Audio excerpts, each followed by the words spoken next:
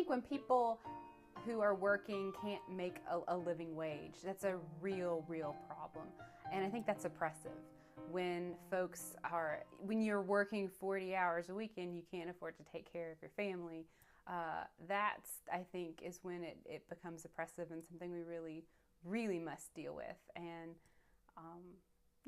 when people are willing to work, and most people I think are willing to work, and still can't make ends meet, that's a problem. And you hear a lot about women especially who are working 2, sometimes 3 jobs just to pay the bills. That means 80 hours a week, often a lot more than that. That's not a just society where anyone should have to work that much for that little. And so where I think we really get into trouble, and what concerns me the most, is when hardworking people can't make it work even when they're putting in that many hours. And, I think about Sabbath and how important Sabbath is to the Christian faith and to the Jewish faith and to this whole tradition.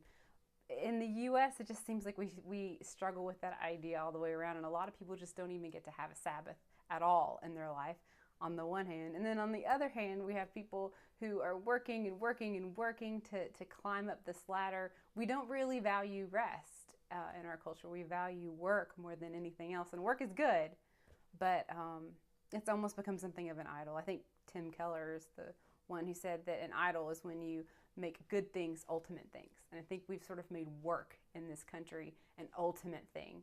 And some people are a slave to their jobs, really, and to the need to make money, and they're struggling.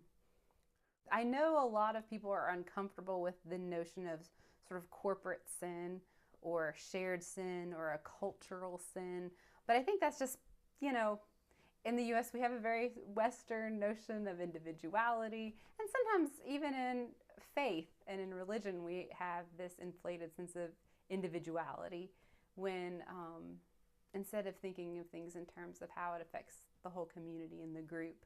And throughout our history, we've had these corporate shared community sins, these injustices, the oppression of people. And I certainly think that is a sin, and one which we must acknowledge, lament, and repent of, and change. I think it just kind of scares people sometimes to hear it referred to as a sin, because a lot of times, and I relate to this, I feel really helpless to change it. So I get a little defensive when people start saying, well, this is a sinful situation, or that you're oppressing other people, when I don't feel like I'm actively oppressing anybody. But when we look at the ways that we can be complicit in the system and how even little changes can affect that system, little decisions can affect that system, then I think we realize that we do all have some shared responsibility, and that if it's a shared sin, then we have to work together and make it a shared redemption, and work together to make change happen. When you're talking about the Bible, the Bible doesn't have just one thing to say about poverty or wealth, or it's the Bible, so it's got like a million different things to say about it. But you do see a common theme throughout Scripture, particularly in the prophets and in the Gospels, where it grieves the heart of God to see people oppressed, to see the wealthy get more and more, and the poor get less and less. That disparity is addressed over and over again in the prophets, Amos, Isaiah, Jeremiah.